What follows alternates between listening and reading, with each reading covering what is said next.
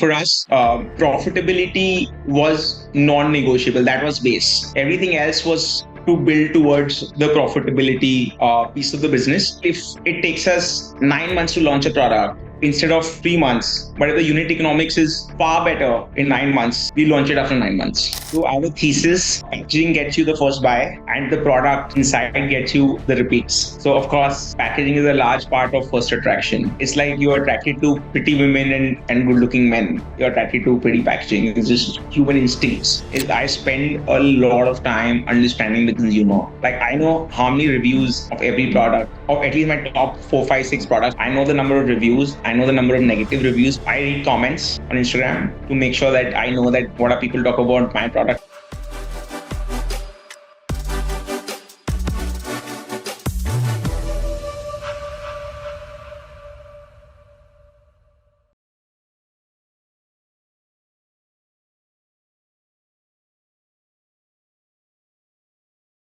Good afternoon, everyone. I'm thrilled to have the CEO and co-founder of Dot & Key, Suyash Saraf, with me. Dot & Key doesn't need any introduction. It's one of the leading insurgent brands in beauty and personal care, well past the 500 crore scale in terms of revenues, and achieve that scale with immense profitability, upwards of 15%. If you think that was a massive feat, in addition to that, they managed it with a very concentrated product portfolio. It's safe to say that Dot & Key and Suyash are every BPC founder's envy. So really happy to have him with us today.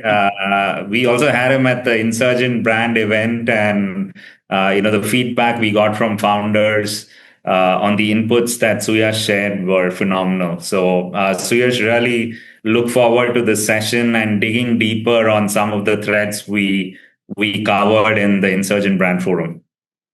Absolutely, Hari. I think it was great being there and like a bunch of very interesting folks on the panel and a phenomenal audience that you all had gathered. Honestly, it was just a honor of mine to kind of be in front of them. No, super. Thanks, Suyash. And I'm going to start with the billion-dollar question that every BPC founder wanted me to ask you.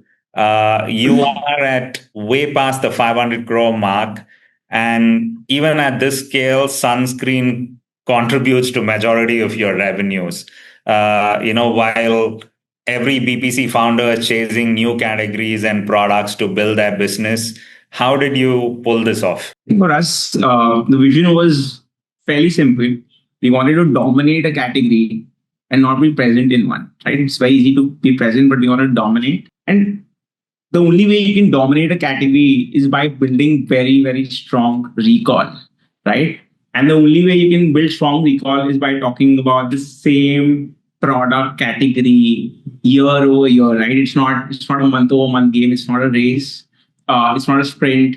It's a marathon, and it's a marathon of decades, right? It's not a marathon of weeks or months, right? So we made sure that we are focused on two categories over the last 5 odd years now, right? So it helped us kind of create a very strong recall. I think on top of that, I wanted to give a small example. Our thesis was that how do you build a brand deep, right? With a very strong moat. That is what we wanted to build. And we realized that most of the largest brands in the world are built on very few categories. So classic example, if you take Gillette, their shaving razor is 70% of the total market size and majority contributor to their business, right? If you see an example of HUL, right? Their plethora of brands, hair care is like over 60% of the total hair care market in India, right? And if you see any of the category leaders, for example, in serums today, there is 1 or 2 brands which is dominating and getting maximum revenues from 1 or 2 categories, right? So it's really important to know that to build a brand deep rooted, you have to build in lesser category and go very deep.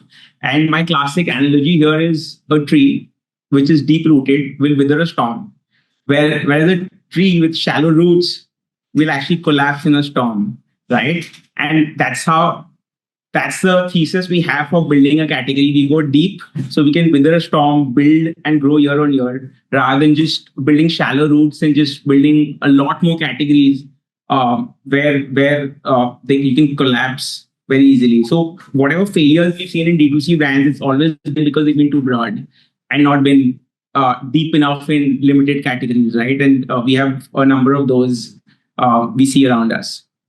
And I think the third piece is that we have to see a consumer as a consumer, right? We can't assume that when we add new categories, that the same consumer will be able to remember all the products that a brand has. Like I've seen brands with 200 plus products in like categories spanning like face care, hair care, body care, color. It's almost impossible for the consumer to remember all of them, right? So the reality is that to build consumer recall, you really need to focus, because if you don't focus, people forget.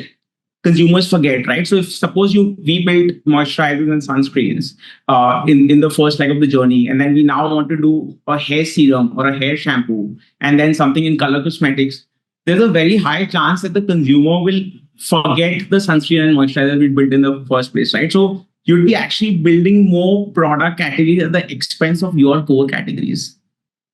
Right. So you think you're building, but you are actually cannibalizing, right? So that's why focus is a key to building a large, profitable, deep-rooted brand with clear moats and vision to win and grow. No, absolutely. And, can't agree more. But I think, if one wears a practical hat, it'll be useful to take people through that point in time when you decided to double down on this category, because it's not so intuitive to have that conviction, because sunscreen as a category was tiny when you started out, right? So just take us through your thought process. What were the early signals you saw? How did you build the conviction that that's the category you want to double down on? In 2021, Hari, we were not in a great shape. The brand wasn't doing too well, and our core category, serums at a time, was really losing market share, right?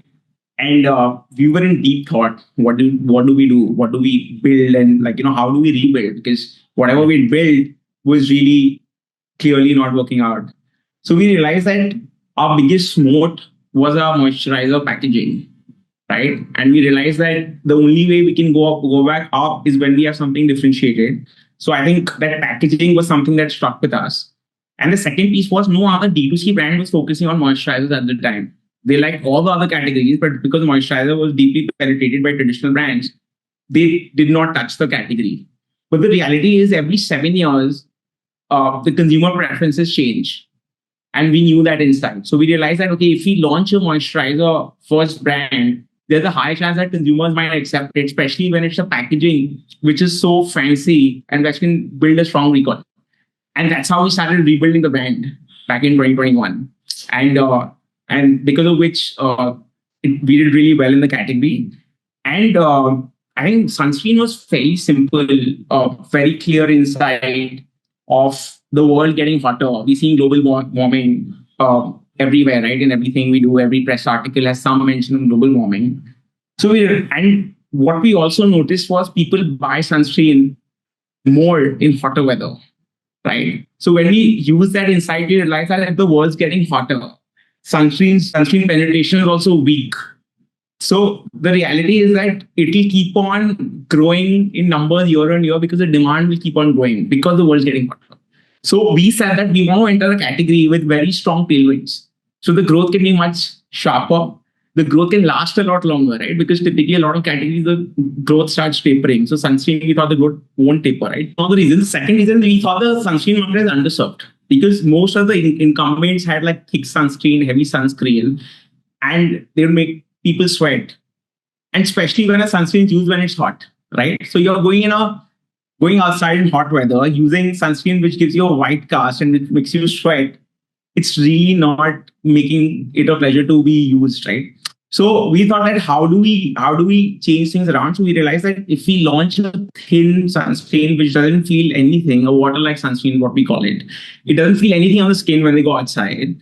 And when you add a touch of cooling to it to make them feel great on the skin, it might do wonders. So then we actually launched our sunscreens with water-like cooling and one of the brightening proposition along with the water light, and we just flew off the shelf. So when we actually, and it was by design that we launched these products, but the consumers really told us that this is your next big category because we're going to lap it up.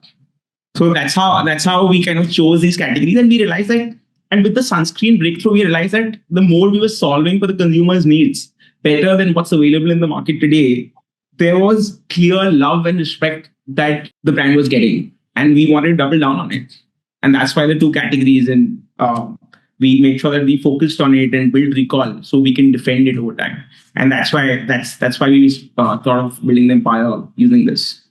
And, related to this, the other question I get a lot from founders is you also have multiple hero products, just these two categories. And a founder always has a dilemma when there's one product working beautifully. Trying to come up with another hero product could cannibalize their existing product, right? So would be useful to help founders understand how you think through it, like going for multiple hero products in the same category and actually pulling it off. So again, it goes back to our roots of focusing on the consumer problem solving. So we first we launched a water light sunscreen, right? Second, we launched a water light cooling sunscreen, right? Once for glow, once for cooling. And then we launched 2 years in, we launched a water light tinted sunscreen, right? Which became a multi-use, multi-wear product, right? Which was ahead of its curve because literally there was no good tinted sunscreen out there. The category was expected to grow because as each category matures and becomes larger, it kind of gets broken into different segments for different consumers. So we realized that tinted is going to be larger because it is solving a multi-use product purpose, right? Because people can use it as a base, people can just use it as a sunscreen plus all the makeup they need, right? They can have a no makeup look with that. So we realized that it's a no-brainer, right? We should launch it. Obviously, it was much harder because there wasn't a product like that in the market with multiple shades. So we realized that the moment you were solving for a consumer problem and consistently doing it, in this case, the tinted sunscreen, and some of these products are really hard to create. Like there's a more to it, and it keeps growing. Not that we are investing a lot of money in building so many sunscreens. It's just that if you're solving the problem better than anyone else in the market, the consumer will reward you. So rather than saying what's a large category and can I relabel an existing product and then try to beat it, you just innovate in a product that no one has in the market and win the consumer over. And that's the only way you can have multiple successful products in the same category. And marketing cannot be an answer. So you have to be super focused on solving consumer needs and they will reward you. We can't, as a brand, you can't spend on so many products. No, that's fair. And later on in the discussion, I want to double click on, your NPD strategy, but why don't we just start in chronological order, back to your founding story. I know the first time we met when you started, you were a rank outsider building a BPC brand, right? That was the impression that I had. So yeah, it's more about what got you interested in BPC and also the name. Dot & Key was a very intriguing name. Circumstances got me in Dot & Key, Hari. I came from a hardcore real estate background, worked there for 8 years, got educated with real estate. Yeah, so my wife had a BPC background and she wanted to do something in BPC and she knew products fairly well. So she said that if you come in with the business acumen, then we can kind of build it, right? So we treated it as a side hustle and we built it for 2-3 years as a small business, as like a boutique D2C beauty brand. And, 3 years in, we suddenly saw our revenues grew like 10x. From there, to 25, 26 crores.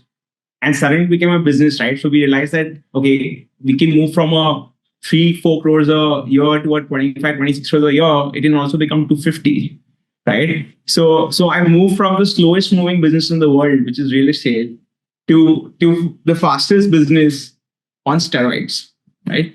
And, that's how I came into the business. And, I love the speed with which the business could be built, and that attracted me. And I think from day zero, there was one thing we were very sure that whatever we build, even if it's a passion project, we have to build it with a very clear purpose.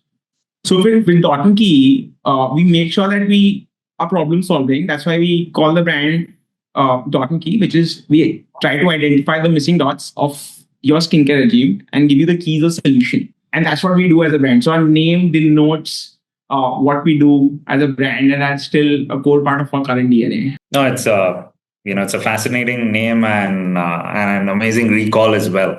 And so we spoke, I remember, and then in a few months we learned that you were partnering with Nykaa. That was a very unconventional option. Yeah. Talk us through the decision making behind that. I think for us it was fairly simple, yeah, Hari. We were doing very well in 2020. We were growing, but as a brand, we were premium. So at that point of time, we were practically 60, 70, almost 80% higher than typical other D2C brands, right? So because and 2020, there was a dot-com boom, right? Practically the digital boom came in because of COVID. And a lot of new D2C brands kind of hopped in, right? And they started creating a lot of products which were more value for the consumers. So with more people coming in, with more products available, with wide, like the blue ocean products kind of becoming easily available, becoming a red ocean market for us, we realized that we really had to work on our pricing, and we weren't competitive enough to sell in the current market because our revenue started flatlining and we started losing money. So we thought that, okay, what do we do? So we decided, and we expected no VCs to invest in us, especially because our numbers had flatlined and we started losing money, right? And we still felt that we were not as mature in the market because it was barely like 2 years since I joined the business, and we were still fairly nascent in our journey, right? And I moved from a very slow moving business to a fast moving business. So we realized it's best to have a partner that helps us with understanding the business much better while getting a lot of capital in the business so that we buy time to learn, right? So that was the thesis on getting someone strategic and kind of getting, and we had a lot of offers from multiple strategics, but I thought it's best to work with Falguni because she would work with us directly and the learnings could be immense. No, I think in hindsight, maybe the decision is validated multiple times over. And but right after the Nykaa investment, you did have a difficult phase. I think there were 2-3 years of stagnation. So what happened before the hockey stick really took off, right? I think we stagnated from say 2020, maybe like right before the festive season for about 1.5 odd years of stagnation. So there are a bunch of things. Our serum market share started eroding with competition coming in. Our pricing was higher because of more competition coming in. Us not really understanding the pulse of the consumers, unfortunately, and we didn't have a playbook because it's really important to know the market in a very holistic way and creating we were priced much higher. So there were other brands giving more value to the consumer. We didn't understand equipment very well. So we spread ourselves too thin in too many categories to recoup revenue numbers, which was on high side, wasn't a great idea. I think we felt weak in the knees at that point of time. All our competitors are funded and heavily funded, and we just put in a couple of crores of our family money, right? I think apart from that, hero product, we lacked hero product. I also felt that somehow me as a founder, I was not designed to run a FMCG business because I was more attuned to real estate because I worked there for like 8-10 years. So I think a lot of change had to be brought by reading a lot of books in the space, like Personal Productivity Called One Thing, CEO Factory, Sudhir Sitapati. So I think that helped me understand the consumer better. I studied a lot of external brands of how brand structures are created, brain structures are created, which help build strong recall and build strong brands. We also got focus and clarity after that. So I think that's what helped us after.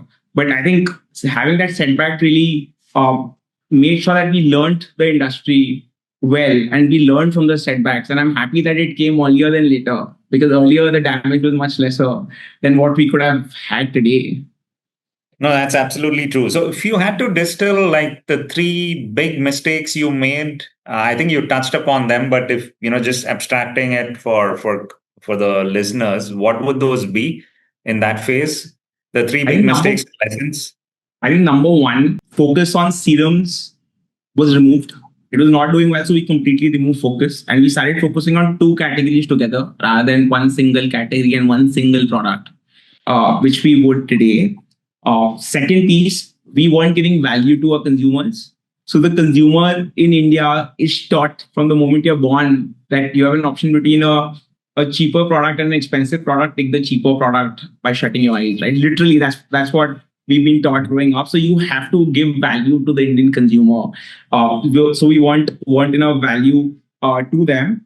And third, I think it's more tactical, but that time brands that were being launched had no fragrance, and consumers started moving towards a fragrance-free world, right? And most of our products had fragrance, and we were very late to kind of catch on that and act on it. So that also kind of really stopped our growth. So not listening to the consumer probably would be one of the things that we weren't doing very well. Got it. Now let's focus on the product strategy, Suyash, because that's something where you truly stand apart. So how do you think about new product development? Just trying to double click on what enabled you to have this kind of product concentration. Do you have like a threshold, say every new product launch to do at least 100 crores of business? How do you think through NPD? So we launch products for two reasons. Either it should help us with business, should increase numbers. We obviously don't have a threshold because a lot of products that we launched had a tiny market size, which is now very large because we created the market, right? Which is your fluid sunscreens or the sunscreen or the SPF lip balm, right? It was really tiny markets or non-existent markets. But because we came in with a unique proposition, it became really large and probably table stakes now for some of these categories. So I won't take the numbers. So the potential has to come from potential size. It has to come from lead gaps in our portfolio. So do we see gaps in our portfolio, which is very clear that if we launch a product, we will increase revenues to our brand. And I think solving for real consumer needs, again, the tinted sunscreen story, right? Like we launched tinted sunscreen because it was a clear need gap. No one was launching it. We would see consumers see the brand as super innovative, solving for products which they didn't expect they needed, right? So preempting what the consumer needed and kind of solving for that. So for us, it's an art rather than a science. And I personally believe you can't put a number to why you launch a new product. And I think third thing is share of voice, because we feel that if you are consistently launching innovative products which are unique, problem solving, the consumers see you different. They don't see you like the rest of the beauty brand. So it's an accumulation of consistency over years is how they see the brand. And by launching unique products consistently, they might not be revenue drivers, but they will drive a lot of brand love. And you will probably launch products for that also. So it's just not numbers. It is a lot of things beyond numbers that helps you grow the brand. The question was around losing of market share in serums that you mentioned. Yeah, so I think I'd build a clear IP around my serum. And uniqueness around my serum, which is really difficult to replicate. For example, our strawberry serum, which we just launched, we made sure that the packaging is very unique. We have a patent around the packaging, which makes it very difficult to be replicated. I think second thing what I would do is I'll launch only one serum, right? Because focus is key. So by launching one serum, it'd be very difficult for competition to have a higher SOE when they have multiple serums in their portfolio. So that's the second thing I would do. So I think these two things is what I would do. And I think the product's pink, it's very unique. So we made sure that we are actually changing the category code. The category code is serious and derma. We said that, no, not everyone wants the serious and derma-led product. People want fun, joyful, accessible products. So why don't we have a serum which caters to that consumer? And by doing so, your product is already differentiated from most of the brands which is there dominating the space. So there's a clear reason to win. And if we spend enough time on that one serum, it might be difficult for the competition to catch up. So I think that's one of the key pieces that I do today. Okay. And it's interesting. You're saying in serum you would go with one product versus sunscreen where you have multiple hero products. Would be useful to compare and contrast the considerations. So I would start with one hero product. I would take that to top 5, top 10 in the internet and then launch more. Right. So I think time is key here, that the amount of time spent in building and educating the consumer about the product. And then younger brands just force of thinking that the new products would really help them. But the reality is, if you don't spend enough time in educating people about what you were trying to give them in your earlier products, it's impossible to kind of create the category.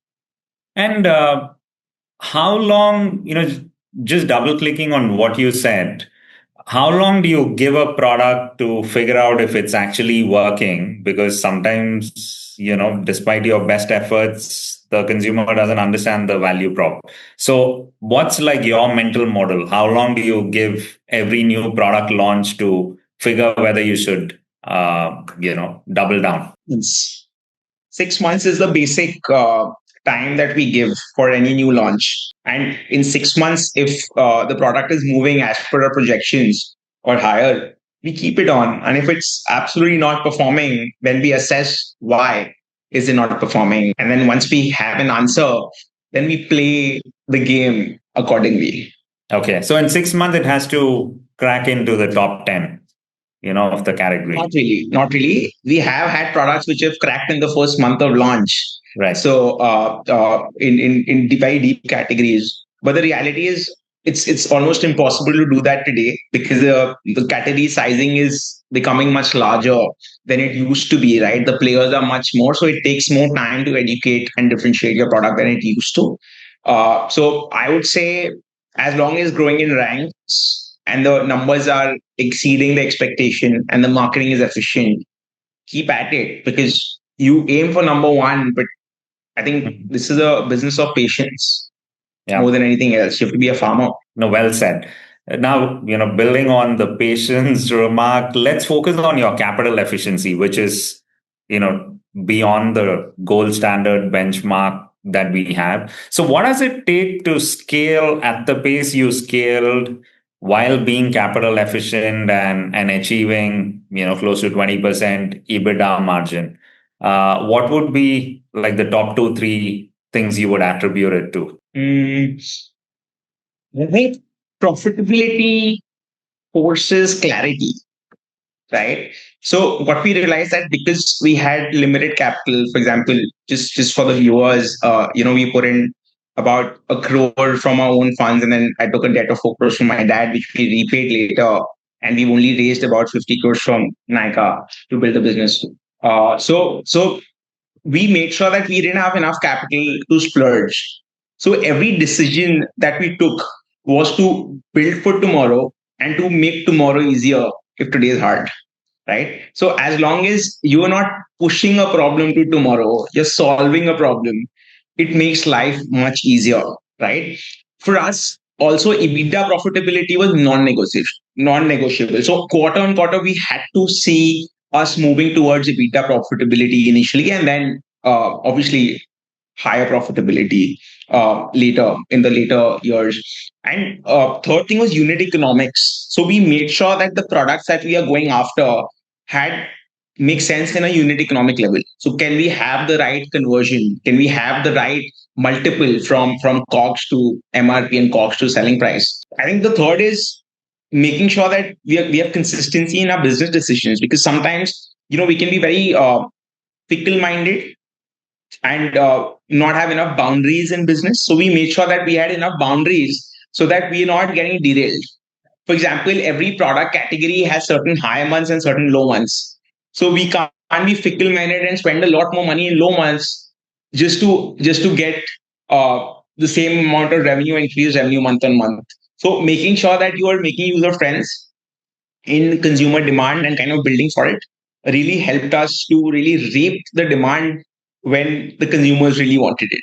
Got it. So does that mean that you had, very hard constraints around like say CM2 targets, etc., and you were willing to forego, slower revenue growth as long as your profitability metrics were hit? Absolutely.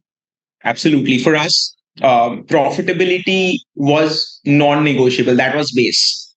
Everything else was to build towards the profitability piece of the business. And for us, it was fairly simple. We made sure that we made the right decisions at a first principle level, right? And that made sure that we were consistently profitable.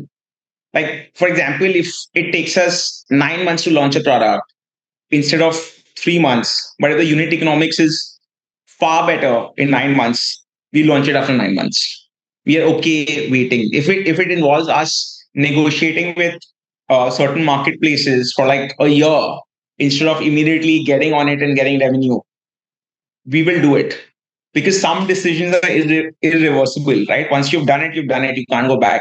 And making sure that every decision taken is in the best interest of the business for the long term, not till your next fundraise, for the long term, is what really builds sustainable brands. No, that's very well said, and I think it's an important lesson for all the founders listening in. Now, if I have to flip the question, I know now you're also active in investments, etc. Why do you think a lot of brands struggle with respect to profitability? A lot of them do well with respect to growth, but balancing it out with profitability has been a struggle. From your vantage point, what are the reasons for this? I think three or four key reasons. I think number one, patience. They're not patient to negotiate, obviously, with marketplaces.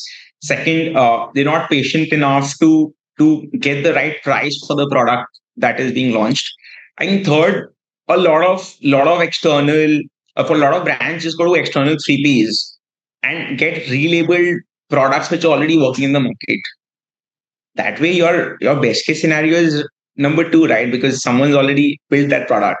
I think that makes your marketing very inefficient and SOV really difficult to achieve, right? I think another is, I think funding is a strength and a bane, right? Because what typically comes with funding is a lot of time being spent on raising funds rather than time being spent on understanding the consumer. So as long as you understand the consumer well and keep on serving what they want with complete clarity, I think the funding requirement significantly goes down, and the focus is on building a sustainable business than raising your next round.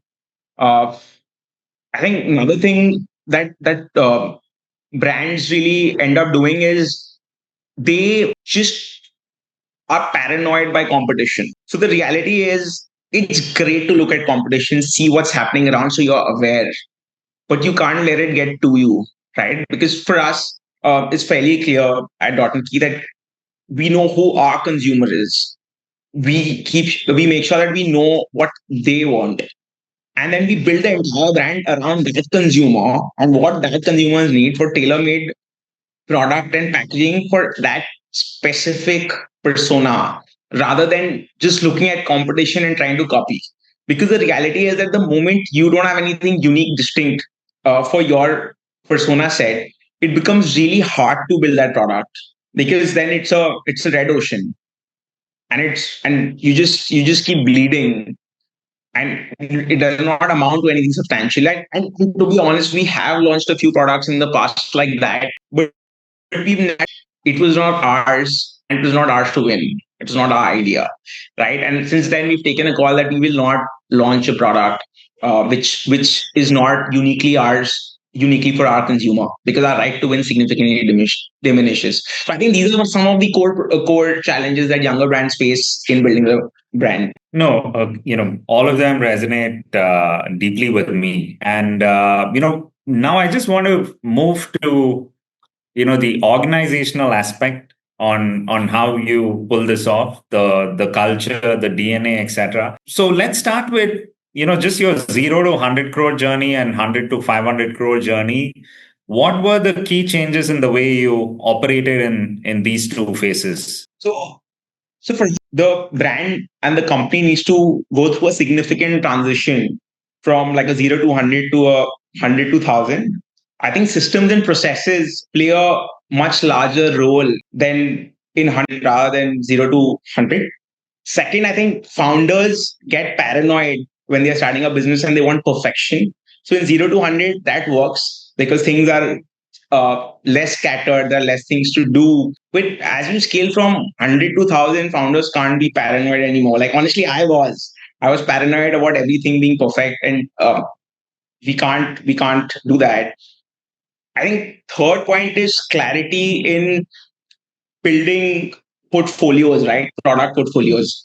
So in 0 to 100, you're still discovering what product you're launching, why should you launch it, and still figuring that out. But in a 100 to 1,000 crore journey, I think you need 100% clarity on what you want to build, why you want to build it, and how can you be number one in the categories that you're targeting. I think, yeah. So these are a couple of the things uh, that kind of changes in the journey. So that's at an organization level, and at a founder level, beyond what you said, any major changes that you had to make in the way you operated and thought things? A bunch of things like I personally had to really upskill myself from 0 to 100. I could still be as haphazard and as random as I could. From 100 to 1,000, I needed way more clarity on how to manage people in the organization, right? Because people played a key role. I made sure I needed to be like, be a coach, mentor, and vision setter for the organization than doing everything on my own.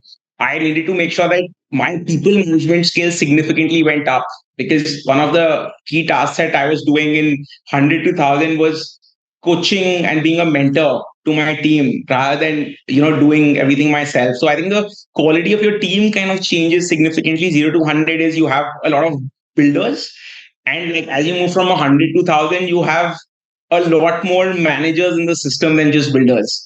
So there's a difference in the team structures, right? So you start getting a lot more people from organized large FMCG companies, right? So it's a very different DNA. So they like stability. So coaching the right set of folks is very critical. And as a founder, you get attached to people, right? From 0 to 100, you get attached to the people working with you, right? Because you work late hours, you work in very difficult, stressful times, right? In that phase, and you've really depended on a lot of folks. But the reality is, the folks that you need from in 0 to 100 to 100 to 1,000 is very different. So sometimes there is transition of people also that happen in these phases, right? Where the people need to change because they are not the right set of people to take you from 100 to 1,000. So how, as a founder, how do you delicately tackle organizational with what's best for the brand and best for the people is a very thin rope that the founder kind of this thing. So I think managing that becomes really critical for the founder. And that's what at least I felt. No, that's super critical, and I've seen a lot of our founders grapple with it as well. So, how did you develop those skills? Suyash? Did you like take any executive coaching, or was it largely self-taught through books, etc.? Will be useful to get some actionable tips, right? Because a lot of founders I know struggling with it. I think a lot of books, Hari, because whenever we need inspiration and guidance, I think books become our best friend. And for me, I had to transform the way I work, because the Suyash required for a real estate business versus the Suyash required for FMCG was very different. I think a lot of clarity came from the book One Thing. It really gave me clarity. I made it my Bible for a year at least, so that I could imbibe those habits in me. I think that really, really helped me. Second, I think again, Sudhir Sitapati, CEO Factory. So what it did, it helped me give a lot of basis to the decision making that I was doing, because it is covering a bunch of nuances of FMCG in today's world, and just That's a great fundamental book. 101s of FMCG, right? Which really gives you basis on how to look at things, and it really helped me. And a lot of common sense, Hari, because I realized that running a business beyond a time, like we can give it fancy names, fancy words like consumer tech, D2C, but it's good old dhanda with just basic sense, right? And I realized that as long as my basic sense is good and what I want to do is good, and the outcome which is expected is good, and I'm good to my team, good to the people, good to my consumers, because I really want to do good to them, I think the outcome is typically very, very strong. But if the objective is I want to make money, then it might just go off. I think that objective should be very clear, the purpose. And you spoke about the importance of hiring the right people and managing people with scale. How did what are like the tips when it comes to hiring talent that is aligned, right? Because as you said, you're also looking for people who have alignment in value system as opposed to just the pursuit of money. So what are the learnings in terms of hiring right? I think the first thing is hiring people who fit the organization culture. Because what we realize that our organization culture is more honesty, trust in people, humility played a key part for us. So we made sure that we found the right people who would fit to be the right leaders in our organization, right? Because typically in founder circles, there's a lot of surround sound hiring from this large FMCG giant, that large FMCG giant, at that role. I think that becomes a problem when you hear too much external than hear internal, right? So I think that's one of our key learnings. I think second piece is that every organization is built different. So you need to build the organization in this right. So for example, rather than hiring just very senior folks and very junior folks in the organization, you need to make sure that you hire junior and then mid management and then finally senior management, right? Because there's a difference in what each person, each level gets. For example, the basic execution folks are the most junior. The mid management is more about doing and taking decision, both. Whereas the senior management is more about taking the right decisions, right? So everyone comes with very different skill sets. So making sure that you're a mix of all three, right? Because sometimes I see a lot of at least in my learning, I saw like a lot of mistakes being made in hiring very senior folks early on, and them kind of not fitting into the org effectively. And I think third thing is just being humane with them. So I made sure that as a founder, I was very close to my team and I always heard them out. So the reality is that if you're close to them and you're connected to them, the chances of your success is much more than probably a lot of other organizations which is more cold. And you managed to build such a large business, and obviously talent makes a big difference. And you managed to attract talent to Calcutta, which is not a startup hub. There are founders operating out of the startup hubs that struggle to attract talent, right? So tell us how you pull that off. I think in the beginning, got a lot of talent from schools, the best business schools in the city, and who came with a lot of energy to build, right? And we trained them internally with our systems, our processes, so they were very moldable and with very high intent. Whereas later we started hiring people with knowledge rather than intent. And as we scaled into a much larger business, we could get talent from across the country. So now talent reach, like a bunch of very senior folks are happy to kind of relocate for us, and they reach out to us consistently. And I think that's like once you become famous as a brand, it becomes much easier to hire, and that's the reality. Yeah, so early on, it was more hiring younger people with hunger and really having training systems to train them. Fair. And the other sort of interesting problem statement for growth stage beauty and personal care founders is how to structure the org. So one of the sort of common considerations is whether you structure the org based on category versus channel, right? A channel first lens. So would be useful to understand how you've structured the org, right? Just maybe we can cover the N-1 level. Hmm. So I think you need to divide every department well. For example, you have a separate finance department, online sales department, offline sales department, which have to be different. D2C marketing department is very large. Then there's a business kind of a vertical, right? So I think this the sales vertical, offline, online, kind of report into the business vertical, And performance marketing also actually falls under the business vertical. Brand marketing falls under the marketing vertical. So brand marketing, uh, all the communication systems that you have, social media, it all falls under brand marketing per se. And then we have ops, supply chain, which is separate. Ops is more fulfillment. Supply chain is after the warehouse, the entire fulfillment and procurement falls under supply chain, and customer service. That's Yeah, but pretty I think much. the question, Suyash, is more around, do you have like separate revenue heads, marketing heads for categories, like a revenue head for sunscreen, a marketing head for sunscreen, and similarly for moisturizer? Okay, so basically, how I see it is all these seven departments is what we have, and then we have a department head for all seven departments. And when you look at the business team, which is the category team for us, so we have uh, insights team, which is separate, and we have a category team which is separate, but we don't have any separate team members for each category to look at because it's not required. All right. All right. Fair enough. So they have a cross category role then. All right. Any other specific question, Hari, about the team? No, I think this gives us a sense, and given I think some of the founders would ask me this question, and so I can ask them to like flesh it out if they would like more inputs there.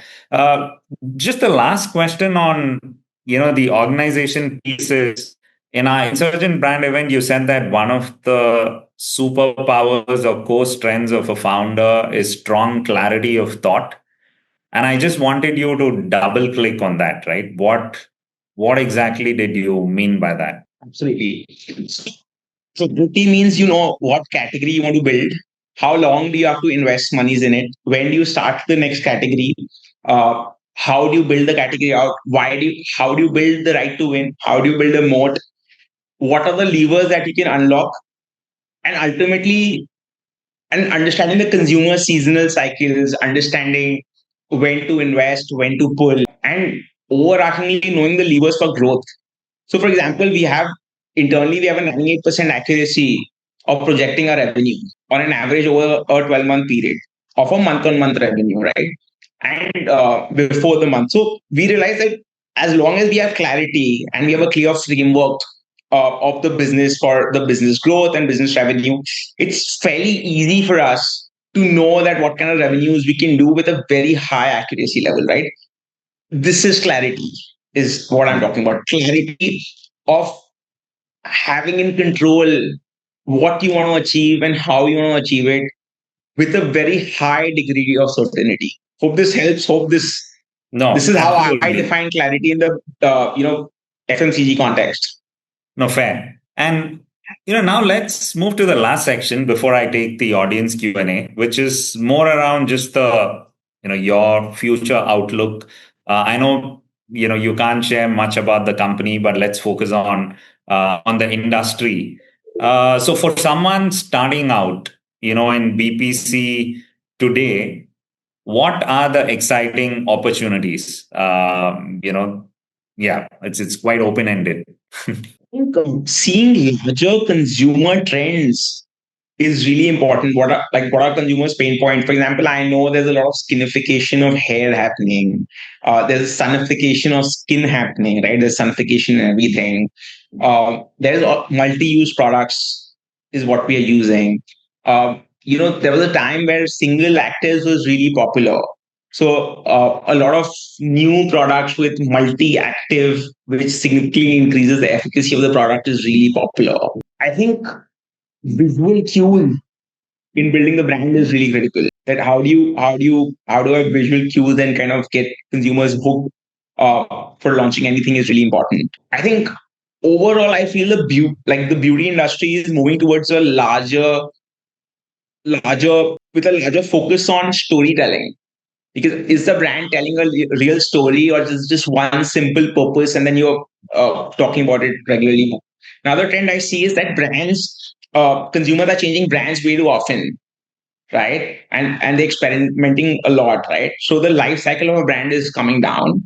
So reinventing the brand often is also some things that I'm seeing, right? This is not just on launches, but overarchingly is what I'm seeing in the industry at large. And, the last question, if someone wants to emulate what you've achieved in Dot in Key, are there any habits, personality traits that helped you, get where you are? I think the number one thing I do is I spend a lot of time understanding the consumer.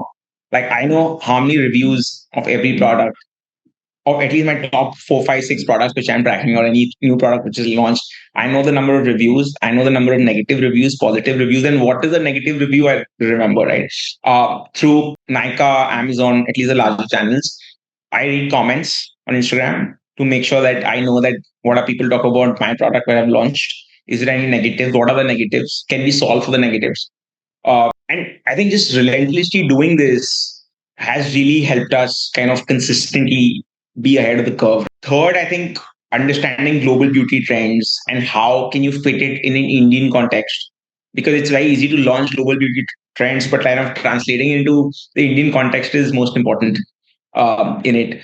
That's what I feel, and I think more than anything else, plain unit economics, fundamental principle 101 of just seeing it as a tool for consumer delight and looking at everything through the PNL lens, right? It's very easy to kind of get lost and not see the PNL enough, but seeing the PNL enough to take the right decision to satisfy the PNL is really critical. I think how you see the world significantly changes. And I'm saying this as a founder who would not see PNL practically at all before 2020 on a monthly basis to seeing it at least twice a month now, right? And that has really changed on how I see the business from a P&L perspective. So I think these are some of the traits.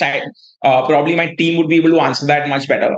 But I think, and the couple of books which I said, I think one thing has really helped me looking at everything on a weighted average method rather than, weighting at giving equal weightages to everything, focusing based on weighted average. So some of these principles are so basic, but they'll really change the way you make decisions, right?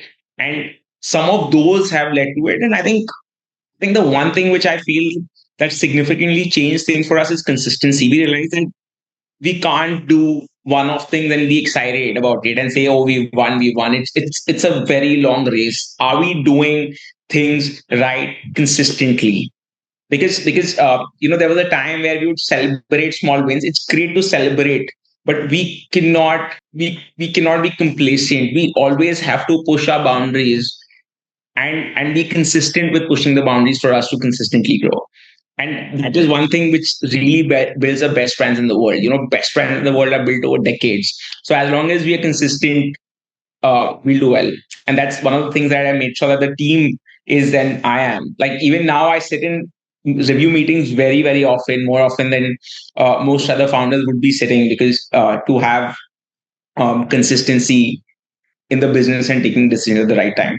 Focus and consistency, yeah, compound Yeah. like nothing else in the long run. Now let's take the audience Q&A. The first one is from Saksham. We covered part of it. I think the question is, if you were to start today, a new founder starting today, would you still do moisturizer, sunscreen? Yeah, why not? I think the question is whether it's too cluttered, but yeah, you're saying that there are enough problem statements that are unsolved. I think enough statements, like you just need one thing and be obsessed with that one thing. And if it's better than competition, in this case it's us, you can still build a very large brand, right?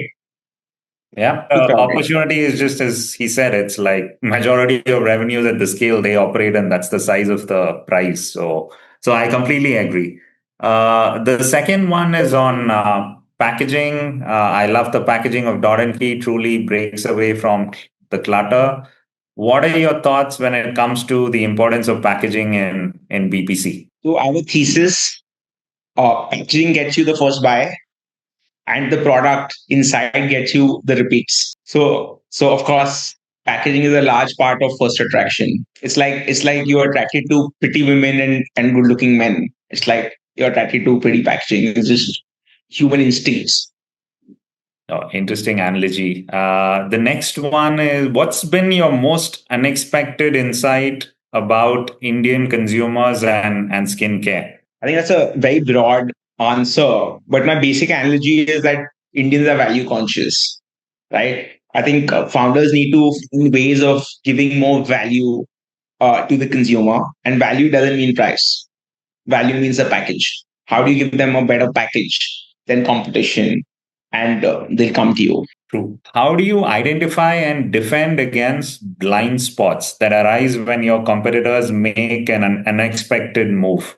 Like minimalists coming up with ingredient transparency and focus on regime versus a la carte buying, or acquiring minimalist and just leveraging that brilliant distribution. So I think the broad question is, how do you identify and defend against competitor moves? It's a broad question, but I think I just mentioned recently, like one of my traits is to see numbers individually very often, channel wise, because of which we see initial trend very closely. We follow market share very, very closely. So the moment we see when market share is being eroded, we kind of do a deep stick, find out who is taking the market share, why they're taking the market share, and then have a rebuttal ready for it. Like in like record time, say within 2 weeks, we'll have a rebuttal ready so that we can kind of stop the erosion of market share and start gaining it back. Because everyone has a blind spot. Every brand, every product out there has a blind spot. You use that to your advantage. Yeah. No, staying on top of it, especially the market share data, I completely agree.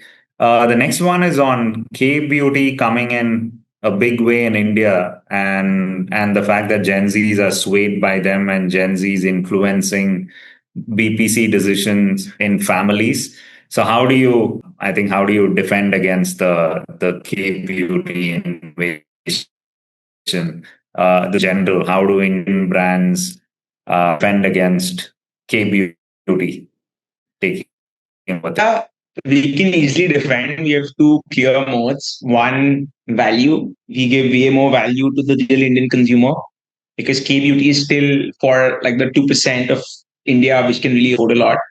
I think second, understand the Indian skin much better. K beauty is designed for the world. It's not designed for a specific skin genre, right? Which we in India can really customize and really solve for that. I think that gives us an edge over them. So I think these two things. And what portion of your marketing spend is done on Instagram influencer marketing? And how do you see the marketing mix go from here on? I can't give specifics here, but influencers are important. And influencers today are more like people talking. It's like two friends talking and one friend suggesting a product. That's how people treat influencers. When they are talking, they assume that a friend has recommended a product to them.